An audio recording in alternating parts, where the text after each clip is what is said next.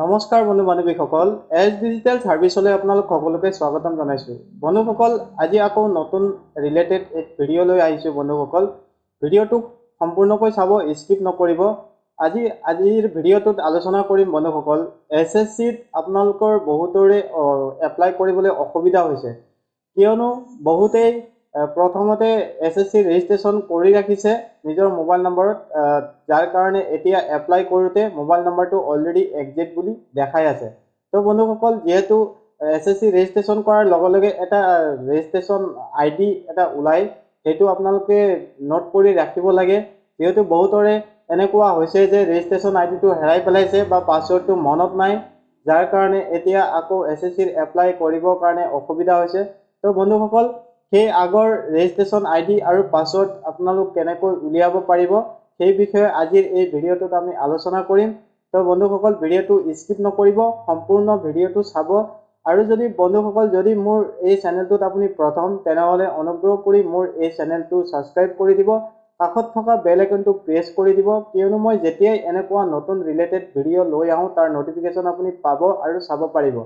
তো বন্ধুসকল, বলক আজিৰ ভিডিঅ'টো আৰম্ভ কৰোঁ। প্ৰথমতে বন্ধুসকল, আপোনাৰ ফোনৰ পৰা আপুনি আপোনাৰ ক্ৰম ব্ৰাউজাৰটো অপেন কৰি ল'ব।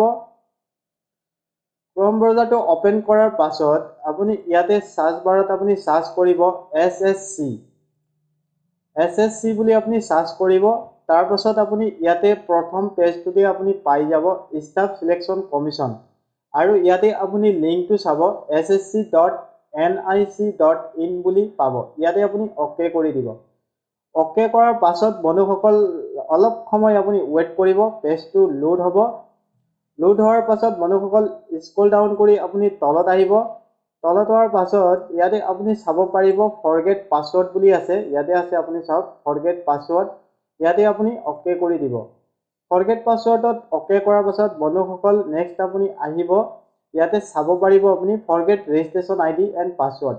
ইয়াতে আপোনাৰ পাৰ্মানেণ্ট ষ্টেট অৰ্থাৎ আপোনাৰ ৰাজ্যটো আপুনি চিলেক্ট কৰি ল'ব।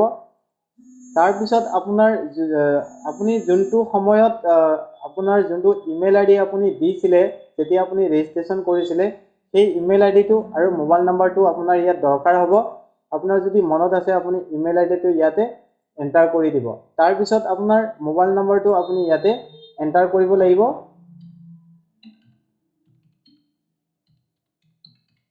মোবাইল নম্বৰ এণ্টাৰ কৰাৰ পাছত বন্ধুসকল, ইয়াতে ছাবমিট বুটামত আপুনি অ'কে কৰি দিব। ছাবমিট বুটামত অ'কে কৰি দিব। মোবাইল নম্বৰটো আপুনি শুদ্ধকৈ লিখিব।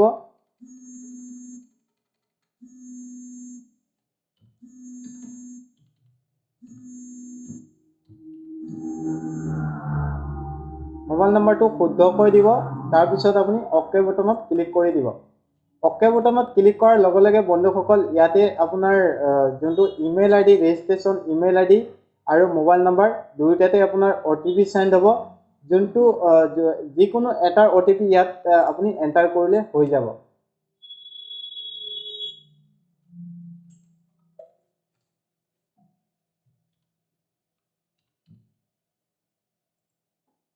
আপুনি OTP ইয়াতে এণ্টাৰ কৰি দিব।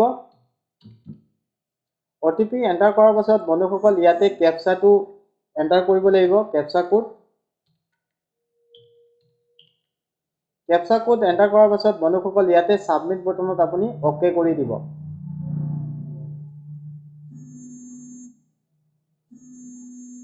ছাবমিট বুটামত অ'কে কৰাৰ পাছত বন্ধুসকল, অলপ সময় আপুনি ৱেইট কৰিব, পেজটো লোড হ'বলৈ দিব। তাৰপিছত বন্ধুসকল, ইয়াতে আপুনি চাব পাৰিব, ইয়াতে আপোনাৰ ৰেজিষ্ট্ৰেশ্যন নাম্বাৰ আৰু আপোনাৰ ৰেজিষ্টাৰ্ড মেইল IDটো আপুনি ইয়াতে চাব পাৰিব। বন্ধুসকল, ৰেজিষ্ট্ৰেশ্যন নাম্বাৰ অৰ্থাৎ ৰেজিষ্ট্ৰেশ্যন IDটো আপুনি নোট কৰি ৰাখিব। তাৰপিছত আপুনি নতুন পাছৱৰ্ড দিব।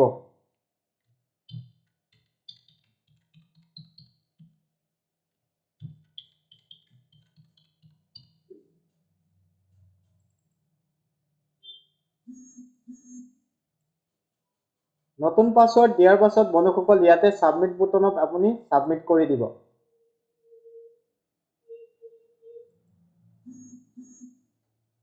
সাবমিট কৰাৰ লগে লগে আপোনাৰ ইয়াতে আপোনাক মেছেজ দিব your password has been change successfully please log in to continue. তাৰপিছত আপুনি ক্লজ কৰি দিব।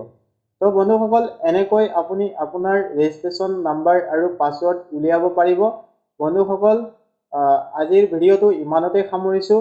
পুনৰ আপোনালোকক কৈছোঁ, যদি আপুনি মোৰ এই চেনেলটোত প্ৰথম তেতিয়াহ'লে মোৰ এই চেনেলটো ছাবস্ক্ৰাইব কৰি দিব, কাষত থকা বেল আইকনটো প্ৰেছ কৰি দিব, কিয়নো মই যেতিয়াই এনেকুৱা নতুন ৰিলেটেড ভিডিঅ' আপলোড কৰোঁ তাৰ নটিফিকেশ্যনটো আপুনি পাই যাব আৰু চাব পাৰিব। তো বন্ধুসকল ভিডিঅ'টো ইমানতে সামৰিছোঁ। ধন্যবাদ। জয় হিন্দ, জয় আই অসম।